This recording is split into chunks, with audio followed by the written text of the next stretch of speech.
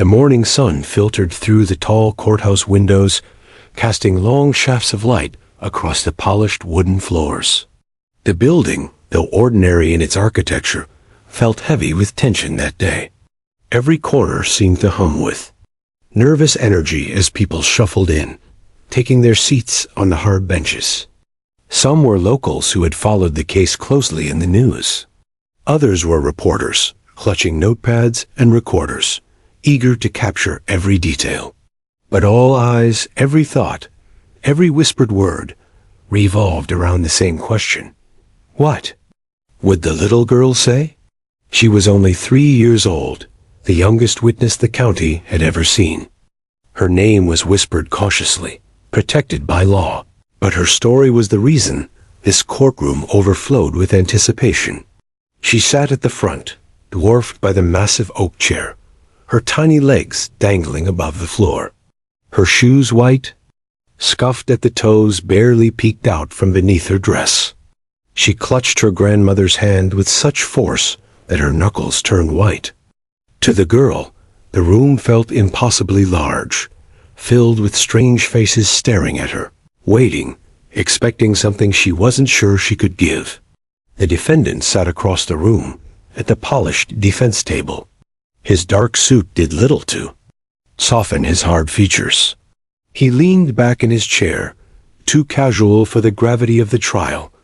His lips curled in something that was almost a smirk.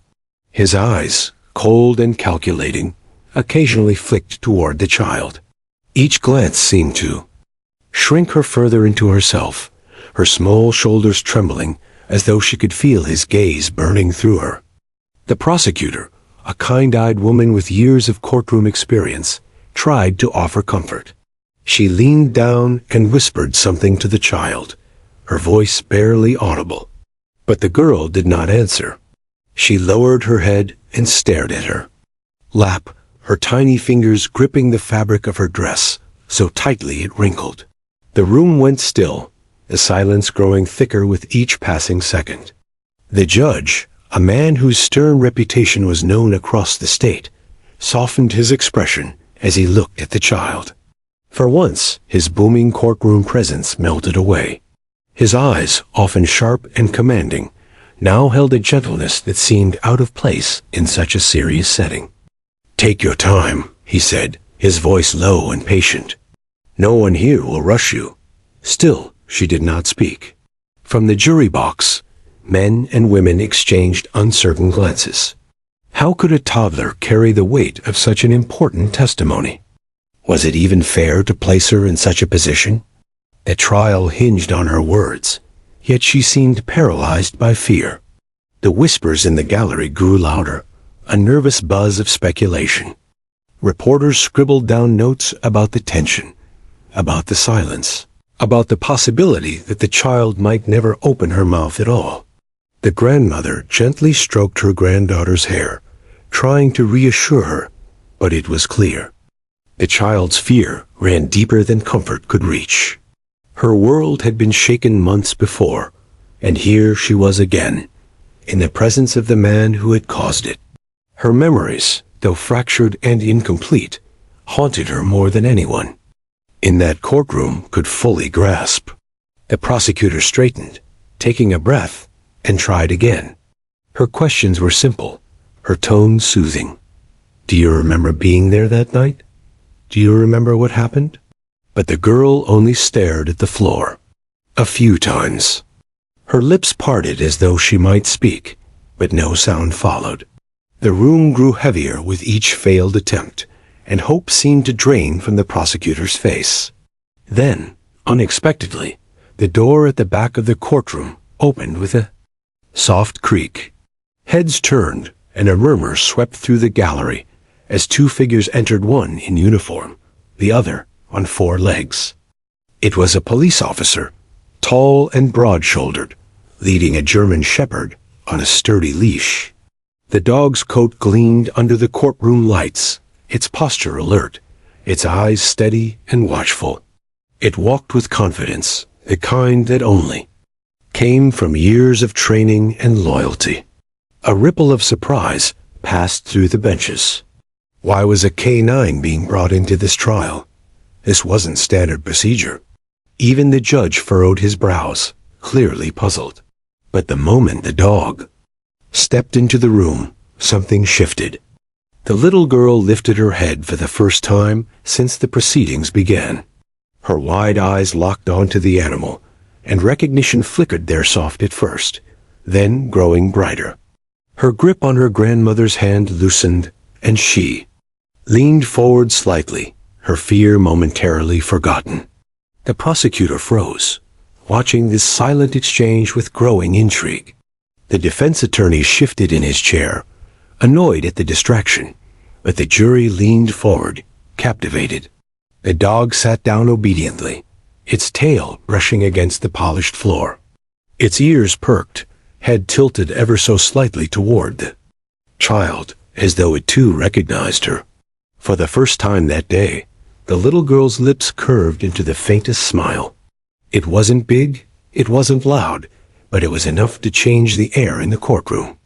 A few people in the gallery gasped softly, realizing what they were witnessing. The connection between the child and the animal was undeniable. The grandmother blinked back tears, whispering a prayer of thanks under her breath. The judge, though still uncertain, allowed the moment to unfold without interruption. He sensed something important was happening, something that might crack open the silence that had held the child captive. The dog's handler gave a subtle nod of encouragement, keeping the leash loose, letting the animal sit calmly in the child's line of sight. The girl tilted her head, her tiny shoulders relaxing for the first time all morning. She wasn't staring at the defendant anymore. She wasn't trapped in fear. She was staring at the one creature she trusted in that room. The whispers in the courtroom grew louder, spreading like wildfire. Does she know the dog? Why is the K-9 here? What's happening? Reporters scribbled frantically, sensing the beginning of a story far bigger than they had imagined. The prosecutor watched the girl closely. Her heart pounded as she realized the child might finally find her voice, not through questions, not through coaxing, but through the simple presence of a dog. The case that had seemed on the verge of collapse might suddenly find its turning point. And then, with all eyes fixed on her, the little girl sat straighter in her chair. For the first time, she let go of her grandmother's hand completely. She didn't speak yet, but her gaze never wavered from the German shepherd. It was as if the weight of the room, the fear of the defendant, and the pressure of expectation melted away, replaced by a single memory, a single bond that no one else could fully understand. The courtroom waited, holding its collective breath. Something extraordinary was about to happen, and everyone could feel it. The German shepherd's nails clicked softly against the polished wooden floor as it moved forward, each step echoing in the tense courtroom. Its handler, Officer Daniels, kept a firm but relaxed grip on the leash. Daniels was a veteran of the K-9 unit, a man who trusted his partner more than anyone else alive. His presence commanded respect, but it was the dog that drew every eye in the room. Murmurs rippled through the benches as people leaned in to get a better look. Why bring a dog? One whispered. This isn't a sniff search, another muttered. The defense attorney rose halfway from his chair, ready to object, but the judge held up a hand, silencing him. Though skeptical, the judge's intuition told him to let this moment unfold. The little girl's eyes never left the animal. Her fear, so consuming only moments before, now seemed to waver. Her trembling stopped. Her tiny body leaned forward instinctively, curiosity replacing dread. For a child who had refused to lift her gaze from the floor, this was a miracle in itself. The German shepherd stopped a few feet away and sat obediently on command. Its chest rose and fell steadily, exuding calm strength.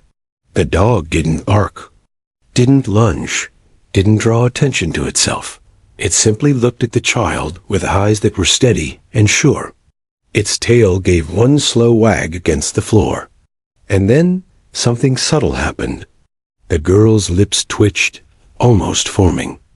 A smile. Gasps fluttered through the gallery. Reporters, who had been growing restless, scrambled to jot down the scene unfolding before them. Cameras clicked softly as court-approved photographers captured the unlikely moment. No one had expected this. The grandmother wiped at her eyes with the edge of a handkerchief, her grip on her lap loosening. For months she had watched her granddaughter's nightmares, seen her wake up screaming in the middle of the night, trembling from shadows only she could see. But now, for the first time, that fear seemed to loosen its hold. The prosecutor leaned closer, her heart pounding. She hadn't orchestrated this. She hadn't even known that K9 would be allowed inside. But something told her that this was the breakthrough they had been praying for. The defense, however, shifted uncomfortably. The defendant himself stiffened in his chair, his smirk fading for the first time. His eyes darted toward the dog, then quickly away. It was a subtle movement. But the jury noticed. One juror raised a brow. Another whispered something to the person beside them. The energy in the room was shifting, and it wasn't in his favor. Officer Daniels gave the dog a quiet command, one that only the animal understood. The shepherd lowered its head slightly, ears forward, gaze locked gently on the child. It was an act of reassurance, a signal of safety. The little girl tilted her head, mirroring the dog, as if she remembered something buried deep in her memory. A murmur escaped her lips. It wasn't clear at first, just a sound, a soft hum, but it was the first time she'd made any noise since entering the courtroom. The prosecutor froze, afraid to move too quickly and shatter the fragile progress. The grandmother leaned down and whispered, "It's okay, sweetheart. You can look at him." The child's hand slowly lifted off her lap, shaking slightly as she pointed a small finger toward the German shepherd. The courtroom hushed instantly. Even the scratching of pens stopped. Every soul present seemed to understand that they were witnessing something far greater than procedure. The judge, breaking the silence, asked carefully, "Do you know this dog?" His voice was gentle, stripped of its usual authority.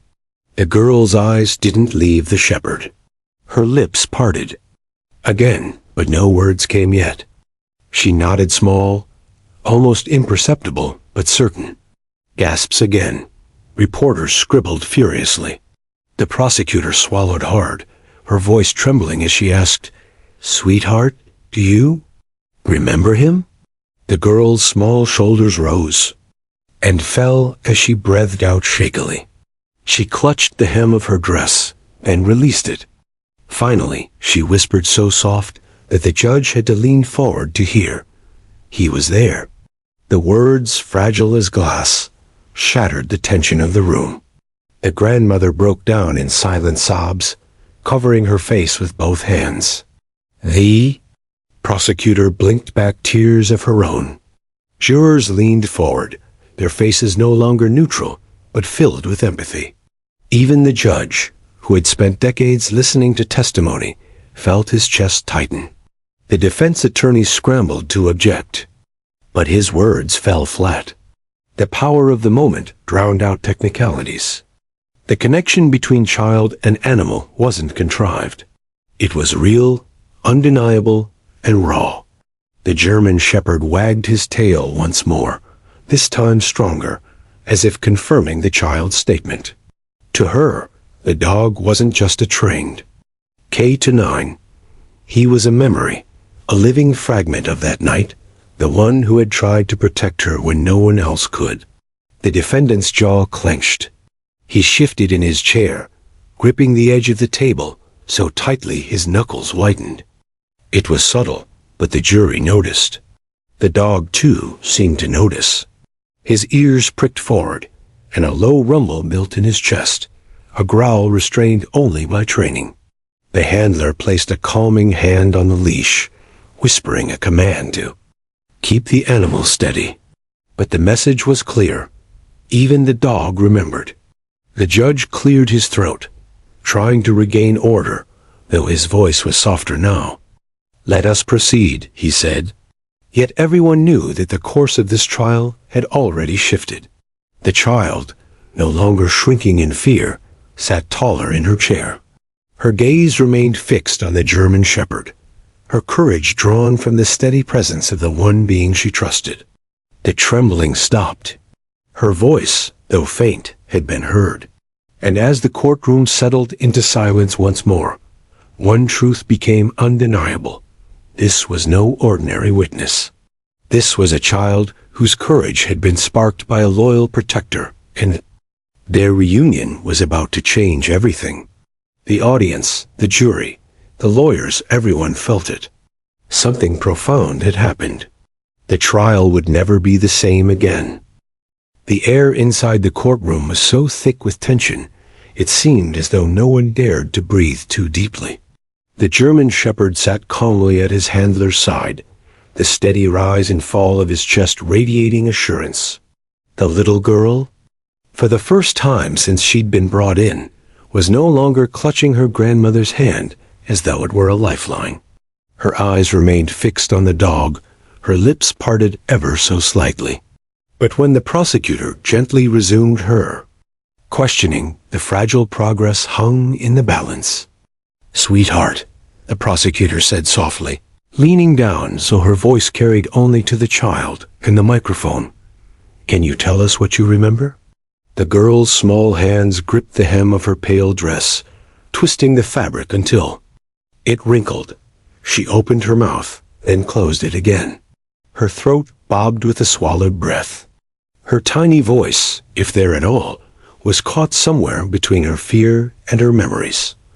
The room leaned forward in unison.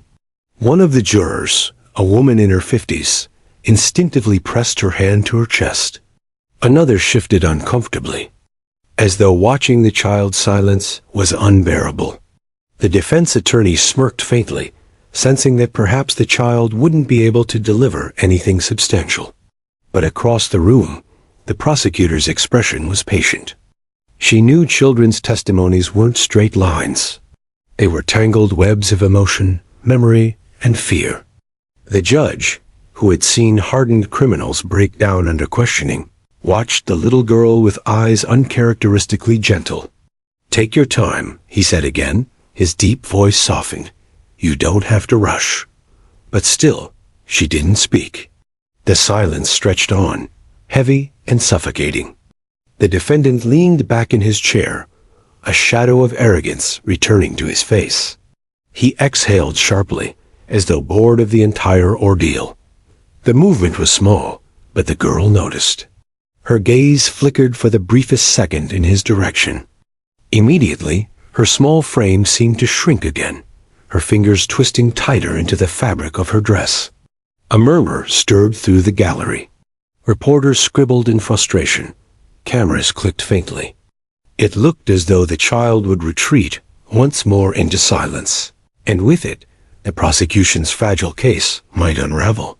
Then it happened. The German shepherd, who had sat in perfect stillness until that moment, suddenly let out a low, steady bark. It wasn't loud or aggressive, but it was firm, resonant, and impossible to ignore. The sound reverberated through the courtroom, cutting through the silence like a blade.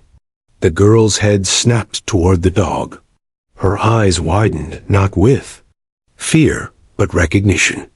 Something about the bark pierced through her haze, as though pulling her back to a memory she had tried so hard to bury. Her lips trembled, her chest rose sharply, and then for the first time, she leaned forward in her chair. A gallery erupted in whispers. The bailiff immediately called for order, but the judge raised a hand, signaling to let the moment breathe. The girl's trembling slowed, and her expression shifted from terror to something else entirely.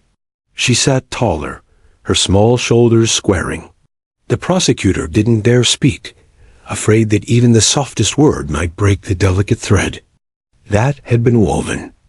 Instead, she let the silence sit, her gaze encouraging but restrained.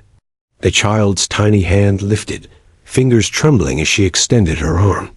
Slowly, She raised it until it pointed across the room toward the dog. The room froze. Gasps rippled through the audience, the kind that came when people realized they were witnessing a turning point.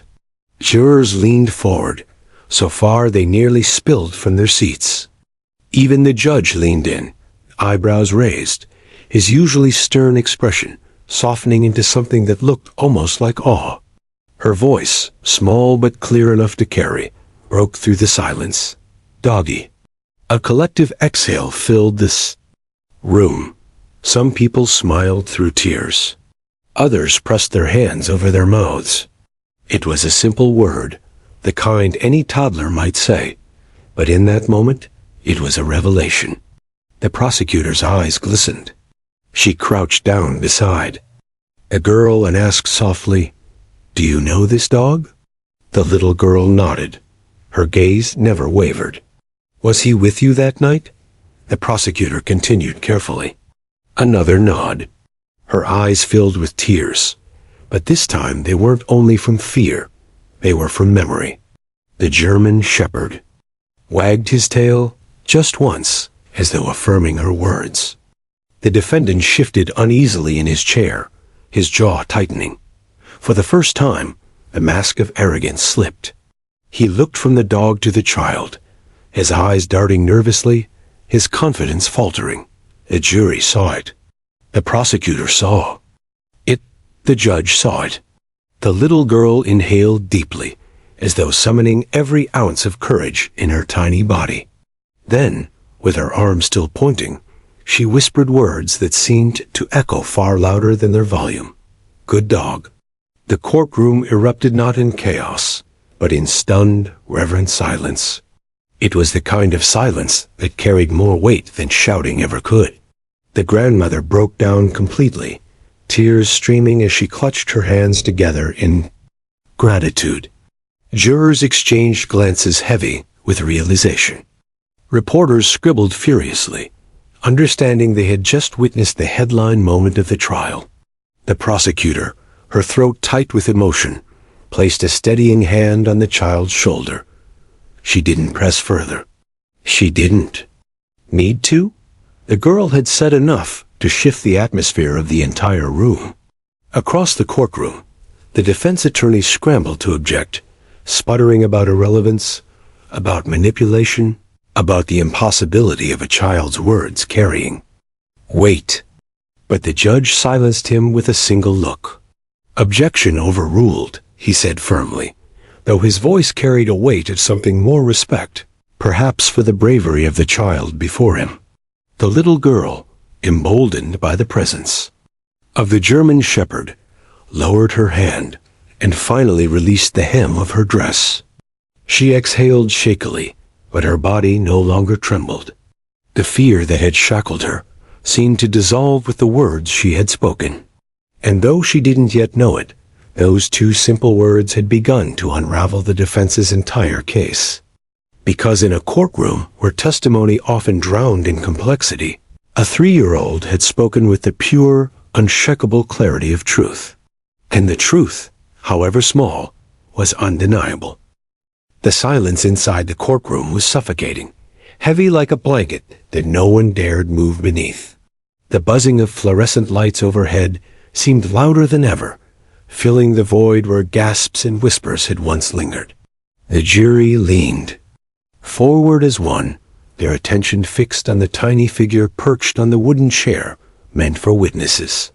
The 3-year-old girl, dressed in a pale yellow dress with frills at the collar, looked impossibly small against the backdrop of towering lawyers, stone-faced jurors, and a stern judge sitting high above her. She swung her feet nervously, her shoes not quite touching the floor. She had said nothing for what felt like hours. The prosecutor's attempts to gently coax words from her had been met with silence, broken only by the occasional soft whimper. The child's eyes had been locked firmly on her lap, as if speaking would cause the entire courtroom to collapse upon her. But now, something was different. The K9 sat near the witness stand, his handler standing stiffly beside him. The German Shepard's eyes, sharp yet gentle, had found the little girl's. He had let out a single bark earlier, a sound that startled everyone but seemed to reach directly into the girl's guarded heart.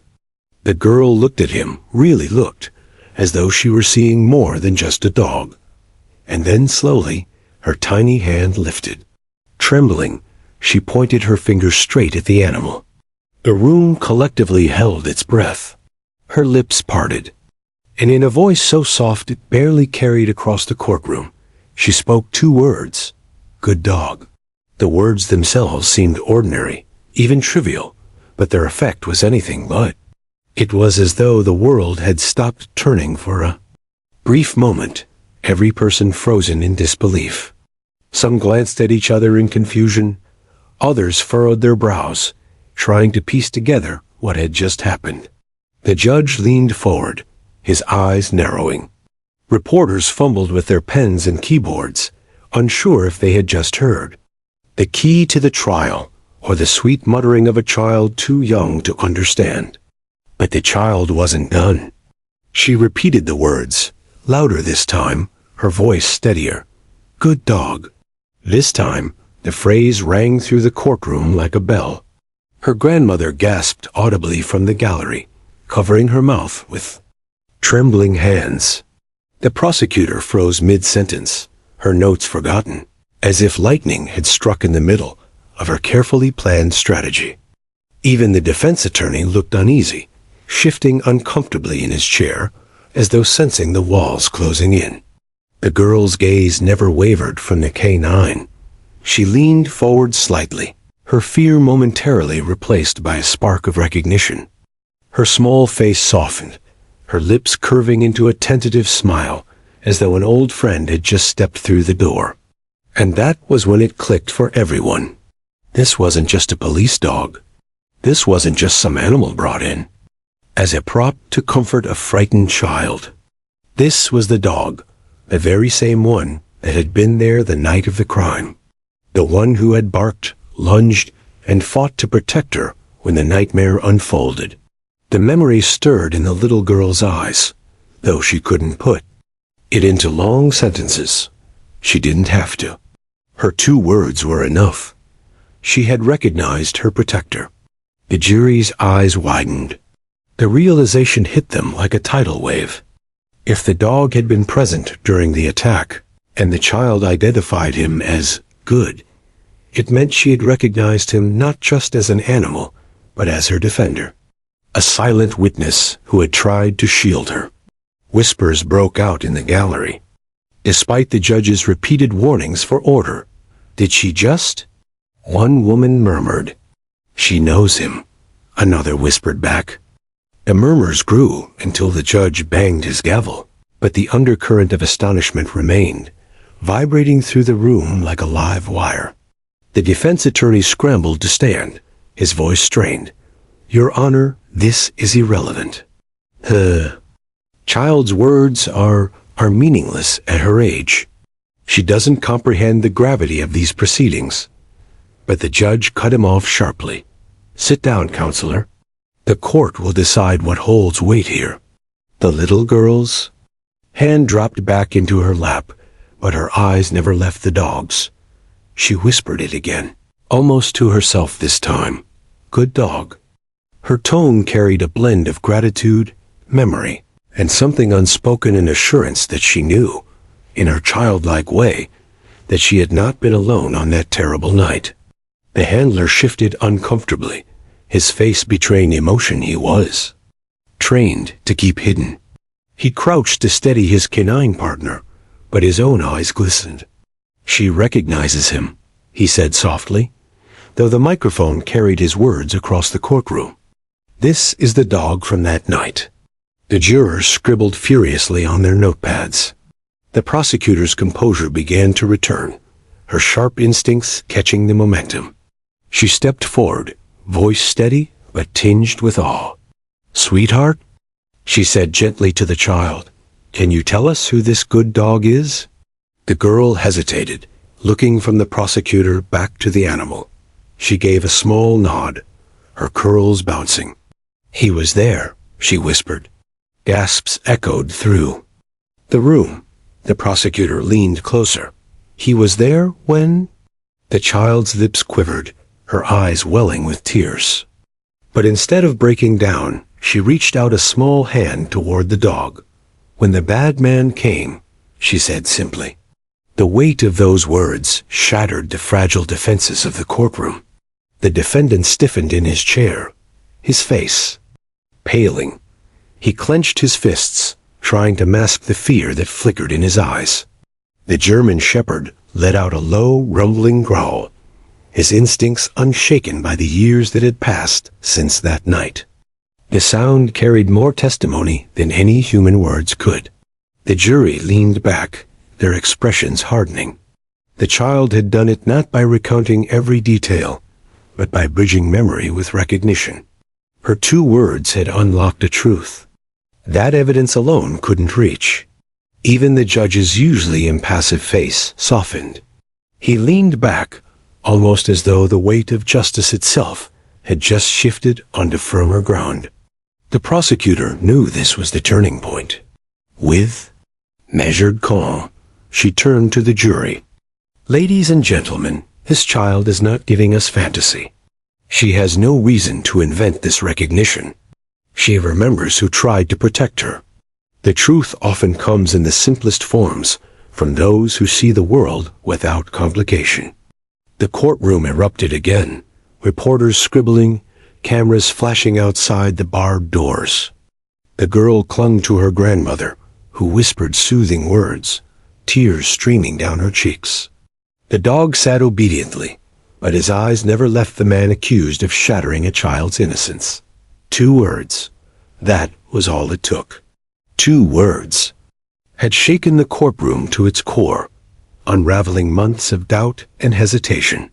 And though the trial was far from over, everyone in that room, jury, judge, and public alike, knew the tide had turned. The courtroom was no longer the same place it had been moments before. Where there had been doubt, confusion, and hesitation, now there was clarity, a sharpness in the air that seemed to electrify every soul present. The 2 simple words from the little girl good dog had broken through the courtroom's hardened atmosphere like a hammer against glass. The child still sat in her small chair, her hands folded tightly in her lap, her grandmother behind her, trembling with equal parts. Relief and awe. The German shepherd rested at her feet, calm but alert, his amber eyes fixed firmly on the accused. It was as though the animal, silent yet unflinching, bore witness with her. The prosecutor, Ms. Rivera, recognized the shift immediately. For weeks she had feared the case might crumble. There had been no DNA, no video surveillance, only circumstantial evidence and the fragile testimony of a 3-year-old who had been too frightened to speak. But now everything had changed. She cleared her throat, adjusting her papers, though she no longer needed them. Her instincts told her that what had just unfolded was more powerful than any document in her folder.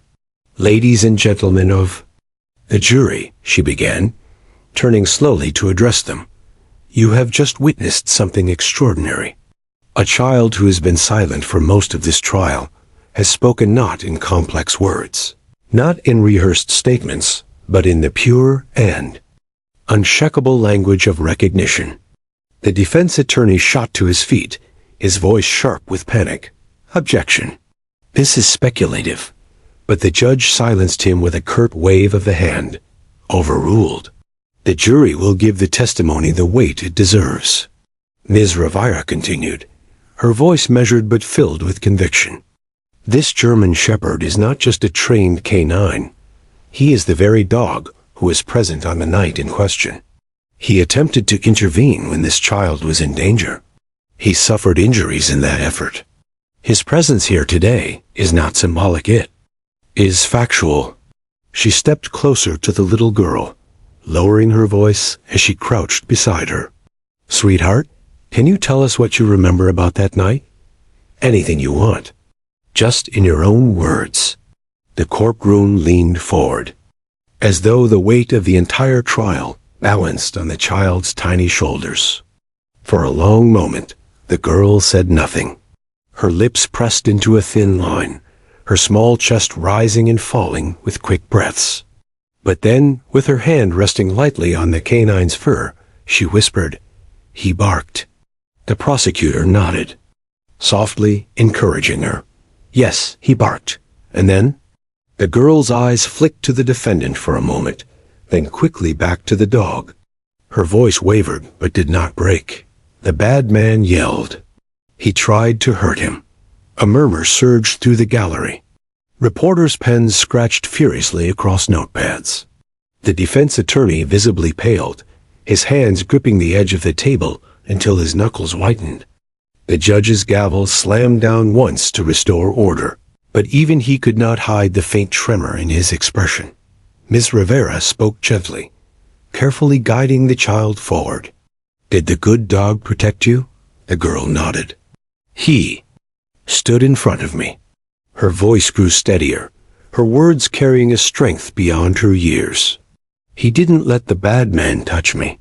The grandmother wept silently in the back row, her shoulders shaking. The jurors, hardened men and women accustomed to sifting through lies and half-truths, sat utterly transfixed. The innocence of the child's testimony cut through everything like sunlight breaking into a dark cellar. The defense attorney finally stood, his tone strained, desperate.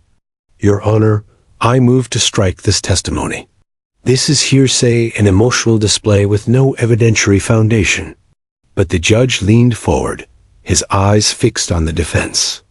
"Counselor, you've had ample opportunity to challenge the evidence. What we have just heard is not hearsay.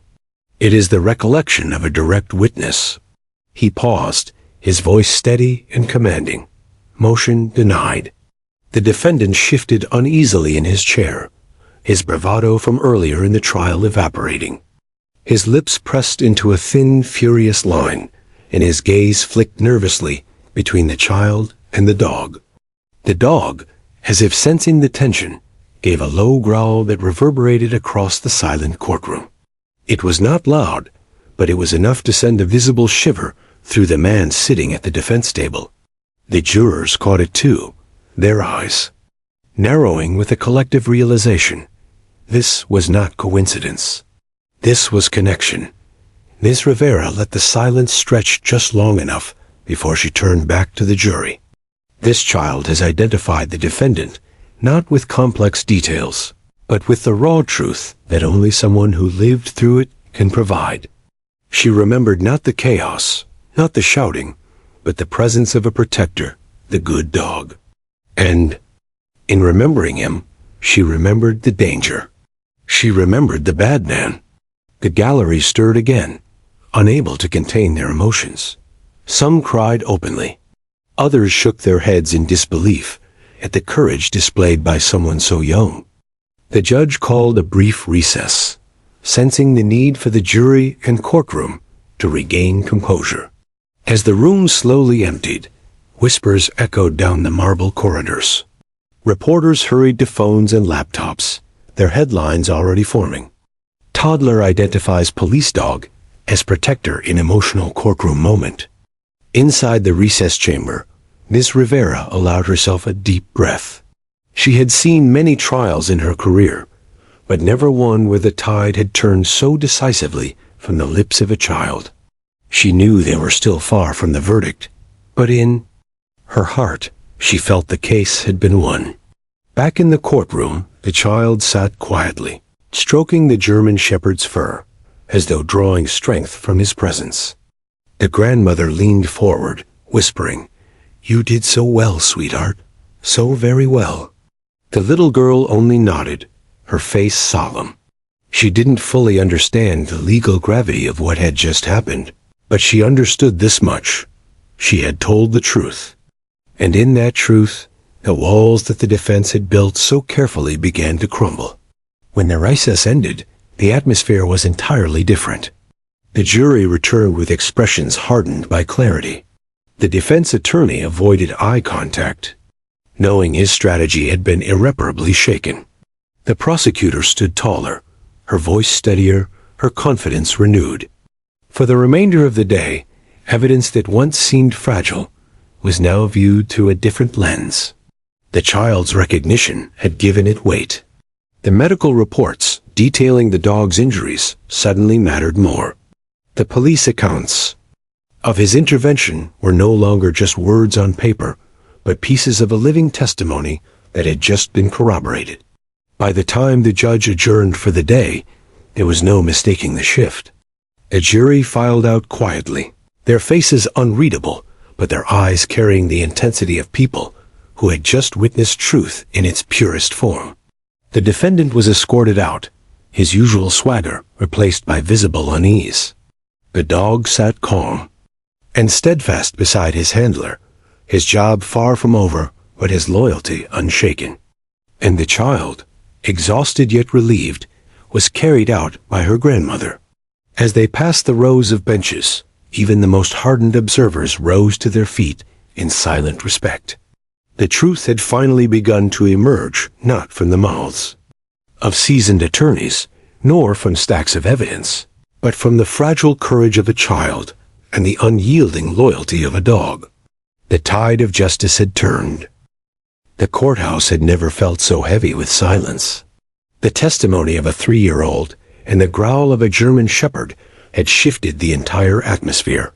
As people filtered back into their seats after the recess, a sense of inevitability filled the air, like storm clouds gathering over a wide plain. Everyone knew something had changed. The trial wasn't balanced anymore. It was tilting sharply in one direction. But the defendant, Marcus Holley, wasn't ready to accept it. For weeks he had sat smugly at the defense table, his posture relaxed, his smirk a constant thorn in the side of the prosecution. He had believed the jury would see him as untouchable. After all, what kind of case hinged on the broken memory of a 3-year-old? He had worn his arrogance like armor, leaning back, exchanging quiet jokes with his lawyer, and sneering when witnesses faltered. Now, though, that armor had cracked. The moment the little girl had whispered, "Bad man," something shifted. In his face, his smirk vanished. His jaw clenched tight, his fingers drummed nervously against the table. He avoided the dog's eyes, but the shepherd would not relent, staring at him with unwavering intensity. The handler stood firm, his hand lightly gripping the leash, but the truth was plain. The K9 remembered too. Dogs did not testify with words, but their instincts told stories louder than language. And the jury had seen how the animal bristled the moment Holley was near. Judge Whitmore returned to the bench, adjusting his glasses. "Court is back in session," he announced, his voice steady. "Prosecution may continue." Ms. Rivera stood, her presence commanding yet calm. She allowed the silence to linger for a few beats, letting the weight of the earlier testimony settle into the bones of the jurors before she spoke. "Your Honor, ladies and gentlemen of the jury, we have heard the testimony of a child too young to fabricate details, too innocent to manipulate. And we have seen the reaction of a police K9 who was injured in the very incident under review. Together, they form a truth that cannot be ignored." She turned sharply toward the defendant. "And now, it is time to examine Mr. Hale's own reactions." Holley shifted in his chair, his face flushed. "This is ridiculous," he muttered, but the microphone picked it up. The jury caught it. His lawyer shot him a warning look, but it was too late. His agitation had cracked through his carefully rehearsed facade. Miss Rivera seized the moment. She stepped closer to the defense table. "Mr. Holley, you've sat in this courtroom for weeks. You've watched as this little girl struggled to find her voice. Yet today, when she pointed to this dog and called him good, your composure faltered. Why is that?" "Objection." Hale's attorney barked, standing quickly. "Speculation about my client's demeanor." But before he could finish, Holley leaned forward, his voice booming. "Because this whole thing is a joke." Gasps rippled through the courtroom. The judge's gavel came down sharply. "Order." Mr. Hale, you will remain silent unless addressed. But Hale wasn't finished. His face twisted with anger. You people believe a toddler and a mutt over a grown man? You think a dog's growl is evidence? This is pathetic. The canine reacted instantly, rising to his feet, ears pinned back, a low growl vibrating deep in his chest. The handler tightened the leash, commanding him softly, but the tension in the room was unmistakable. The dog's body language screamed what the jury already suspected: recognition, threat, danger. The jurors exchanged glances. They had seen Hale sit calmly through hours of testimony, but the moment the child and dog pointed to him in unison, his mask had shattered. His fury spoke volumes more than any alibi ever could. Ms. Rivera let the silence hang for a moment before speaking, her voice firm but calm. Mr. Hale's outburst speaks for itself. The truth has a way of provoking those who hide from it. She turned toward the judge. Your Honor, the prosecution requests permission to call an additional witness, the veterinary officer who treated this canine after the incident. The judge nodded. Granted. The officer took the stand, a middle-aged woman in uniform, with a calm, professional demeanor. She testified about the night the dog was brought in, bleeding from a deep gash across his shoulder. He had clearly been struck with something heavy, she explained. The injuries were consistent with an altercation involving a blunt object, something like a bat or a pipe. The jurors leaned in, taking notes. Ms. Rivera asked, "And when did you treat him?" "That very night," the officer replied. The report shows it coincided with the time and place of the alleged crime. The defense attorney tried to object, to poke holes, but his questions rang hollow. The more he pressed, the more it sounded like desperation. Meanwhile, Hale fidgeted in his seat, his fury simmering. Every growl from the dog, every memory from the child, every line of testimony chipped away at his composure. Sweat dotted his forehead, his jaw tightened, and he began muttering under his breath. The jurors saw it all. By the time the veterinary officer stepped down, the narrative was undeniable. The child's words had unlocked the truth. The dog's behavior had confirmed it, and the defendant's reaction had betrayed him. Judge Whitmore addressed the jury directly. Members of the jury, you are reminded that it is not only words you are permitted to consider. Behavior, demeanor, and credibility are all factors in your deliberation. High slammed his fist on the table. This is a setup. You can't do this to me. The bailiffs moved closer, sensing the danger. The dog growled again, muscles tense, but under the handler's control. For the first time in the entire trial, the jury wasn't looking at the prosecutor, or the defense attorney, or even the child. They were staring at Hale himself, the raw anger, the lack of control, the desperation of a man whose lies were unraveling. And in that moment, it became clear the defendant's own reaction was his undoing. The little girl, sensing the tension, whispered softly again, her voice just loud enough for those nearby to hear. She pointed one last time at the man who had haunted her nightmares. "Bad man," she said. The words, simple yet devastating, seemed to echo in every corner of the room. The jury didn't flinch. They didn't look away. They knew. And Marcus Hale knew too. The walls were closing in, and no amount of bluster, denial, or rage could save him now. The gavel struck once, echoing like a thunderclap across the hushed courtroom. Judge Whitmore leaned forward in his chair, his face drawn with gravity, his eyes fixed on the defendant who still fumed at the defense table. The entire room seemed to hold its breath, waiting for what would come next. For weeks, the trial had dragged through layers of evidence, legal arguments, and motions. But in just a single day, everything had shifted. A toddler's trembling voice and two small words had turned the tide. A German shepherd's steady growl had confirmed what no document could, and Marcus Hale's uncontrolled outbursts had all but stripped him of the carefully constructed mask he had worn since the beginning. Now it was up to the judge to bring order to the chaos. "Mr. Hall," Judge Whitmore began, his voice sharp, but steady, "you will control yourself, or I will have you removed from this courtroom. Is that clear?" Hale's jaw clenched, his lips pressed into a thin line, but he nodded stiffly. The bailiffs hovered nearby, ready to intervene at the first sign of another explosion. The dog, ever watchful, had returned to a sitting position, but remained alert, his gaze never straying from the man he seemed to instinctively recognize as a threat. The judge turned his attention to the jury. His expression softened, though. His tone remained firm. "Members of the jury, today you have witnessed testimony that is unusual, even extraordinary.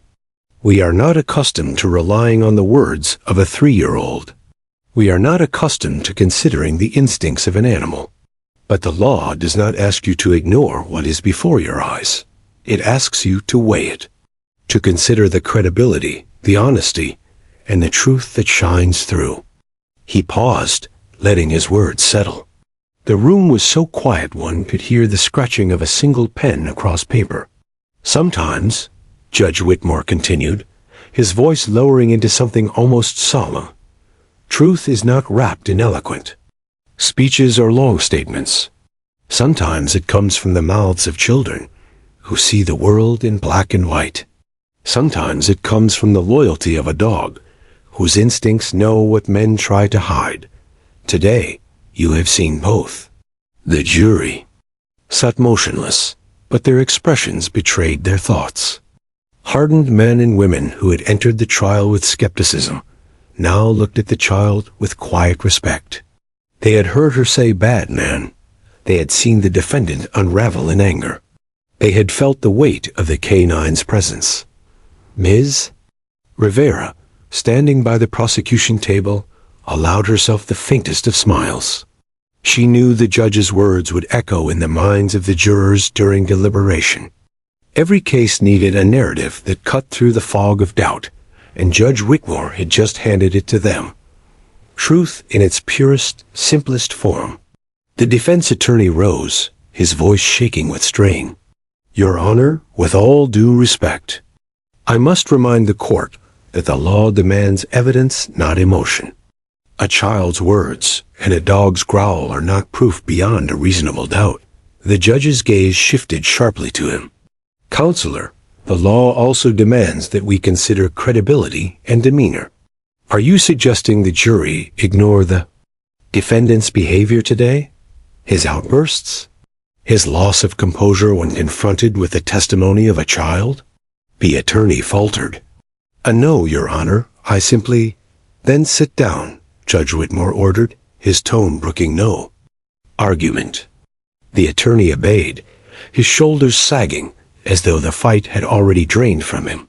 Hale glared at him, but even he seemed to realize that the battle was slipping through his fingers. The judge then addressed the courtroom at large. "This case is not only about facts and figures. It is about whether or not you believe the truth has been spoken. And from where I sit, I can tell you this much. I saw courage today.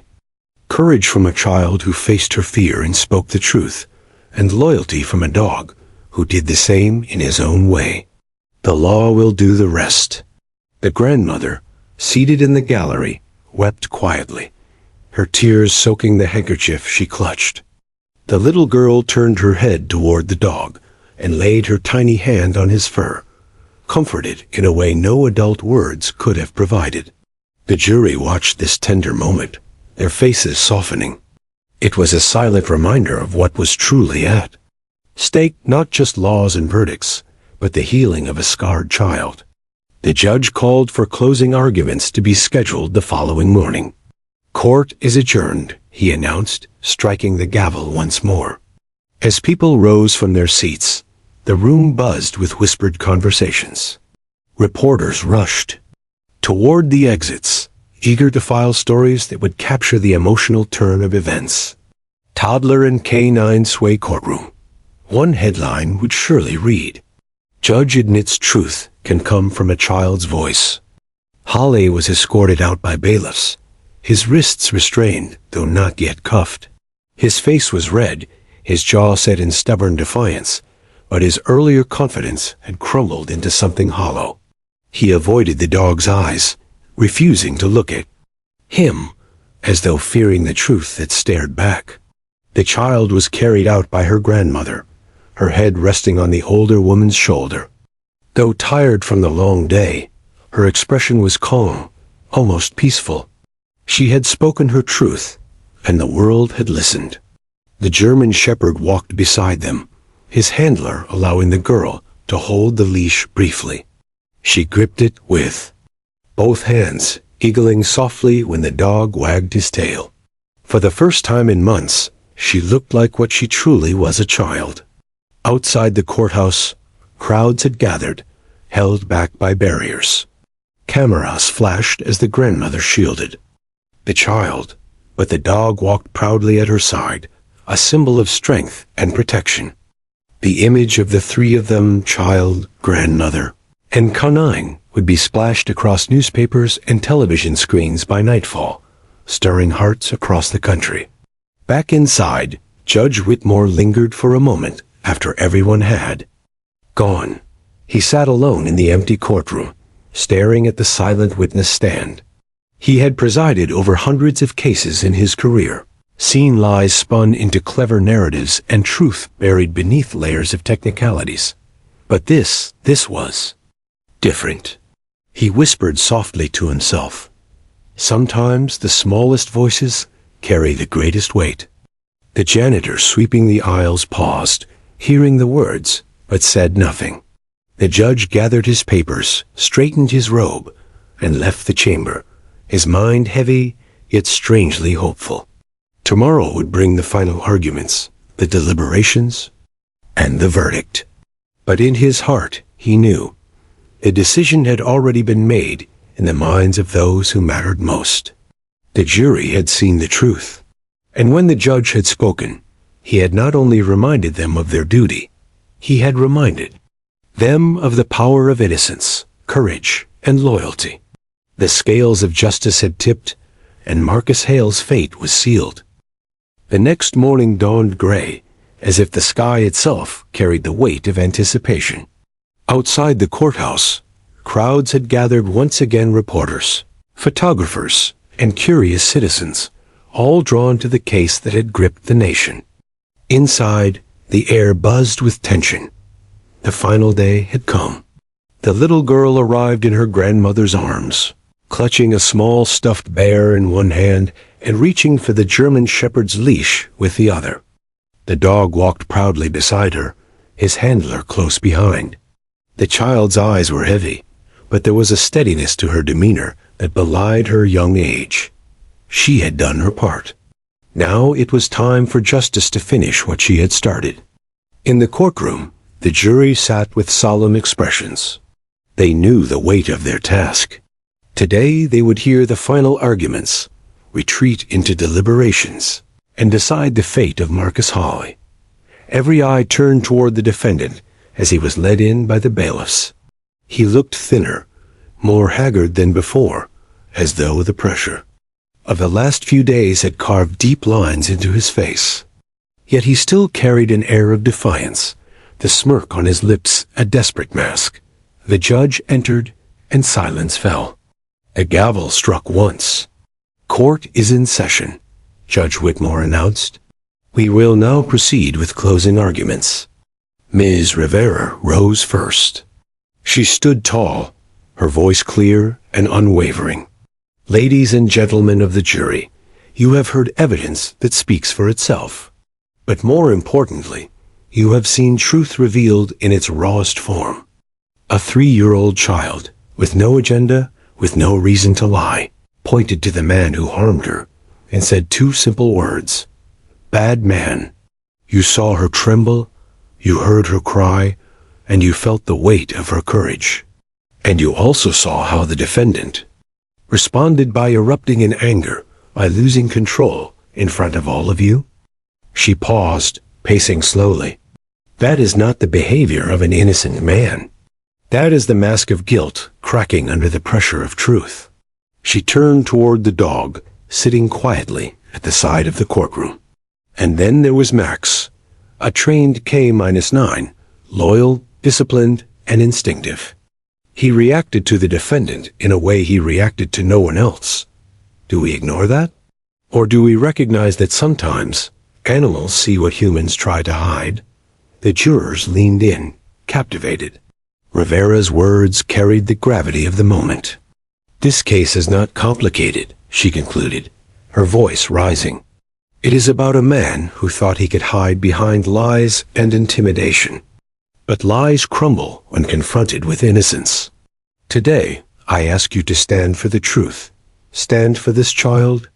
Deliver justice where it is long overdue. Find Marcus Hawley guilty. She sat down, her jaw tight with conviction. The grandmother squeezed the child close, whispering softly in her ear. The dog wagged his tail once, as if in approval. The defense attorney rose next, though his steps were heavy. His voice lacked the fire it had once carried. Ladies and gentlemen, I urge you not to let emotion cloud your judgment. The law requires evidence facts, not feelings. A child's words, though heartfelt, cannot replace proof. And a dog's reaction, no matter how unusual, is not a legal standard. He gestured toward Hawley. My client maintains his innocence. I ask you to remember your duty to ensure that a man is not condemned without evidence beyond a reasonable doubt. But even as he spoke, his words rang hollow. The jurors' faces remained unmoved. The attorney's arguments had withered under the weight of what they had all witnessed. When he sat down, the judge gave the jury their instructions. Deliberate carefully. Consider all you have heard and seen. The law is in your hands. Court is in recess until the verdict. The jury filed out, their expressions stern and unreadable. Hours passed. Outside, the crowd swelled. News stations set up live feeds, anchors speaking breathlessly about the trial's dramatic twists. Inside, the child napped on her grandmother's shoulder, the stuffed bear tucked under her chin. The dog lay beside her, his head resting on his paws, ever vigilant. Finally, word came. The jury had reached a decision. The bailiffs called the room to order as the jurors filed back in. The foreman held a folded slip of paper, his hands steady, but his face pale. Judge Whitmore took the paper, read it silently, then returned it. His expression was grave, but there was something in his eyes, a glimmer of resolution. Members of the jury, he said, have you reached a verdict? The foreman stood. We have, Your Honor. The clerk asked the question. On the charge of aggravated assault, how do you find the defendant, Marcus Hawley? The foreman's voice rang clear. Guilty. The room erupted gasps, cries, a muffled sound of sobbing. The grandmother clutched the child tighter, tears streaming down her face. Ms. Rivera closed her eyes in silent relief. The dog barked once, sharp and triumphant, startling the silence back into order. Judge Whitmore struck the gavel. Order in the court. The clerk continued. On the charge of child endangerment, how do you find the defendant? Guilty. One by one, the charges were read, and each time the answer was the same. Guilty. Marcus Hale's face turned red, his composure crumbling. He shouted, This is a lie. She's just a kid. You can't. Enough. The judge thundered. Mr. Hawley, you have been found guilty by a jury of your peers. Sentencing will be scheduled, but let me make this clear. Your reign of intimidation is over. You will face justice. The bailiffs moved in, restraining him as he kicked and shouted. The jury sat stone-faced, unshaken. Meanwhile, the child stirred from her nap, blinking sleepily. She looked toward Hawley as he was dragged away, her small voice carrying across the room. Bad man, she said again softly, almost like a whisper. Of finality. The room fell silent, then erupted into quiet tears and nods of agreement.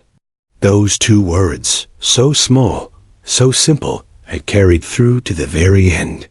The judge removed his glasses, his voice softer now. Court is adjourned. The gavel struck, but this time it sounded not like an ending, but like closure.